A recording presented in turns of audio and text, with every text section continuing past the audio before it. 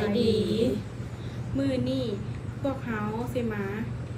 ห้องเพลงศาสตร์ลาว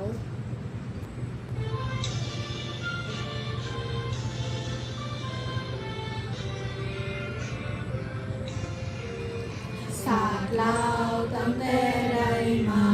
เราถูกทัวนางเชิญสู่สุดใจห่วงแหงห่วงจิตห่วงใจสามัคคีกันเป็นกำลังเดียวเด็ดเดี่ยวพร้อมกันก้าวหน้า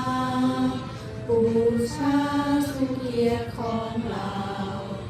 ส่งเสริมให้สิทธิ์เป็นเจ้า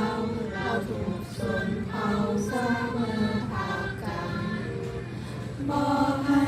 พวกจักรพรรดิและพวกขายสารเข้ามาหลบกวน